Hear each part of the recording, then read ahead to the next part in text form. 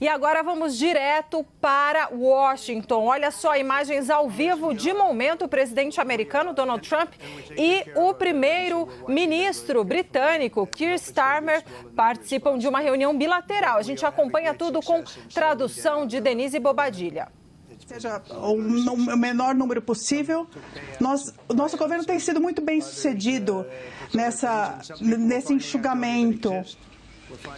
Nós estamos olhando para gastos, para pagamentos, estamos encontrando pessoas que não existiam, estamos achando pessoas que não deveriam estar lá. Nós faremos uma declaração a respeito, estamos cuidando dos nossos veteranos.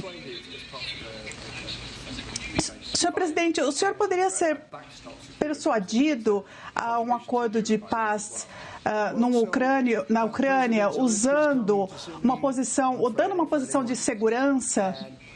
Olha, o presidente Zelensky virá aqui na manhã de sexta-feira e nós assinaremos um acordo muito importante para os dois lados, porque isso, nós iremos trabalhar lá.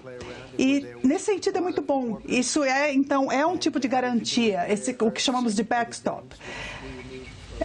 Tem a ver com os trabalhadores, tem a ver com terras raras e outras coisas que precisamos no nosso país. E nós conversaremos a respeito. Nós também conversaremos a respeito. Eu também conversarei hoje a respeito com o primeiro-ministro britânico. Olha, nós faremos a nossa parte para que qualquer acordo que haja, e esse acordo parece ser histórico, que ele seja um acordo duradouro. E teremos uma discussão a respeito. Mas, como eu disse ontem, nós estamos falando sobre uma força de paz. Nós primeiro temos de ter um acordo. Nós não temos um acordo. Nós temos a Rússia, temos a Ucrânia. Eu acho que estamos muito avançados. E a Rússia tem agido muito bem. Nós temos representantes conversando, o Steve Witkoff, o Marco Rubio, o J.D. Vance, estão envolvidos no tema. Estamos muito avançados nesse acordo, mas não o temos ainda. Então, não podemos falar de forças de paz até que nós tenhamos tudo feito. Então, eu acho que pode trazer um certo azar. Então, eu tive boas conversas com a Rússia e tenho boas conversas com a Ucrânia. Olha, eu queria falar sobre o relacionamento com a União Europeia. Eu acho que nós temos um bom relacionamento. Nós tivemos relações antes e fiquei muito bem bastante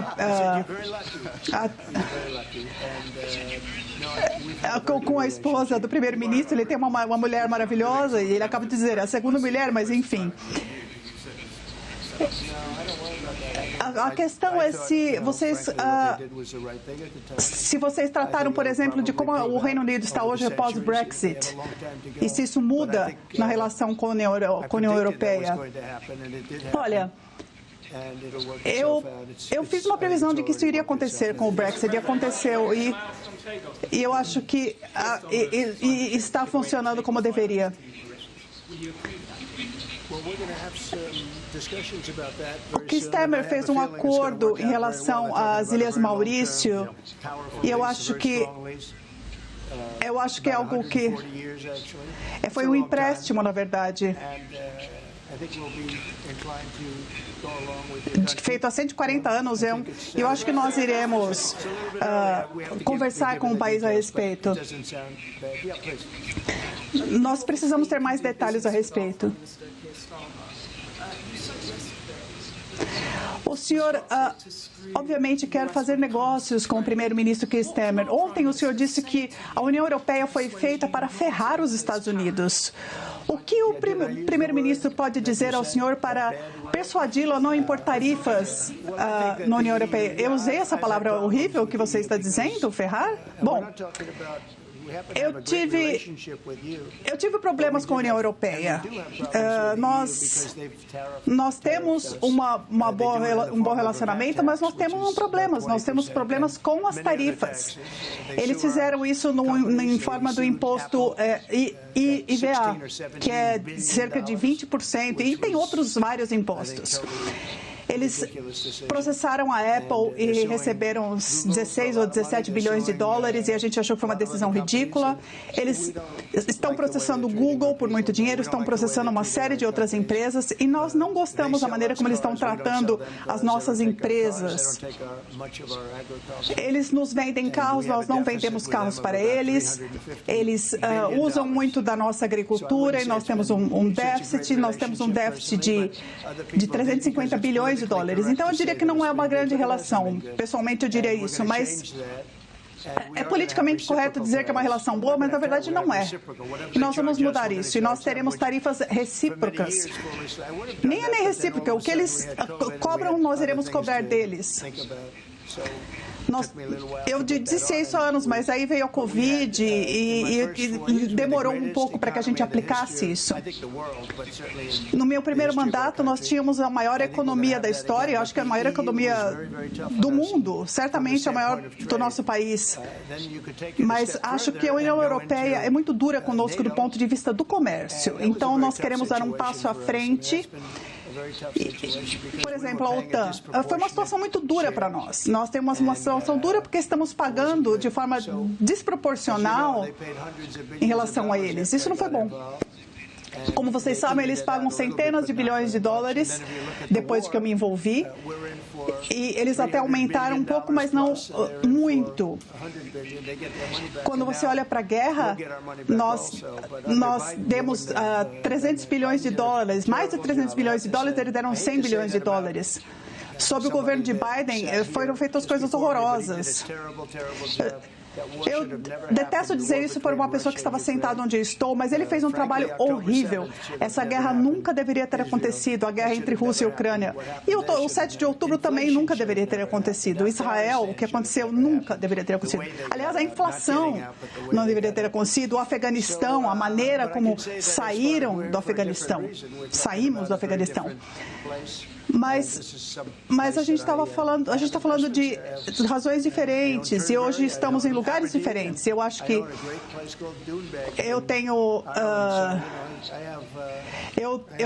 um campo em Tunbury, em Aberdeen, em Dunbeg, na Irlanda, são campos de golfe. Em relação ao comércio, eu acho que nós temos um equilíbrio justo e nós temos um pouco de superávit, então nós estamos numa posição diferente em relação ao que aplicamos na Ucrânia.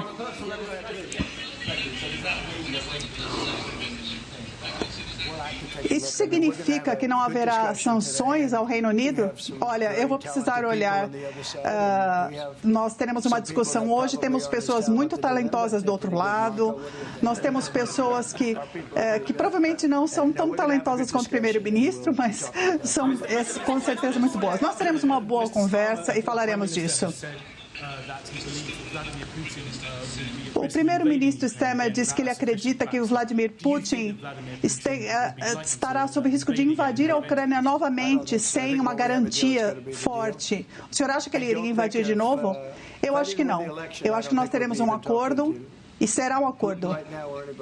Eu acho que se eu não tivesse ganhado a eleição, nós nem estaríamos falando disso agora. Eu acho que é só olhar para as estatísticas, milhares de pessoas morrem por semana, soldados principalmente, porque as cidades foram destruídas, milhares de soldados. E essa semana foi muito ruim, por sinal, eu vi os números já. E a gente está falando de vidas humanas. Então, número um, eu não quero envolver soldados americanos, são soldados russos e ucranianos. Acho que, em primeiro lugar, a gente quer ver que essa guerra pare. E eu acho que, número dois, eu quero pagar a quantidade de dinheiro que estamos pagando. Nós estamos ajudando a OTAN e ajudando muito, mais do que qualquer outro. Então, eu quero parar com isso também. O senhor falou sobre tarifas no comércio nesta manhã, nas mídias sociais. Uma questão sobre a China. As tarifas de 10% já estão implementadas. E serão mais 10%, é isso? Isso. Em relação ao Canadá e ao México, o senhor está vendo algum progresso? Eu não vi progresso na área de drogas. Nós fizemos um ótimo trabalho. Tom Homan está trabalhando nisso, Christie está trabalhando na fronteira, mas as drogas continuam entrando no nosso país, matando centenas de milhares de pessoas. Temos mais de 100 mil pessoas mortas pelas drogas, famílias destruídas. Então, não é... Eu acho que o objetivo é porque as famílias estão destruídas e as drogas estão entrando pelo México. E muitas delas, não todas, vêm da China. Então é 10 acima de 10. Ou foi confuso? Não, 10 acima de 10. Acho que iremos ver que as drogas vão parar de chegar no país, porque o país não vai permitir que as drogas entrem nos Estados Unidos. Não vamos permitir que isso aconteça. E isso acontece a partir de 4 de março e a partir de 2 de abril nós teremos tarifas recíprocas. Nós cobraremos países o que eles nos cobram e não acho que devemos ter problemas com isso. É a reciprocidade.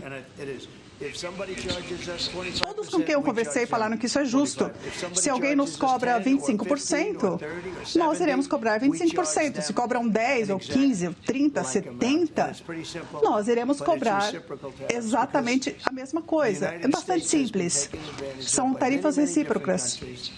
Os Estados Unidos muitos países tiveram vantagem com os Estados Unidos, incluindo países que são amigos e países que são inimigos. A União Europeia, por exemplo, a União Europeia foi muito ruim para nós em termos de comércio. Eu sou um tipo diferente de presidente, eu não posso deixar isso acontecer.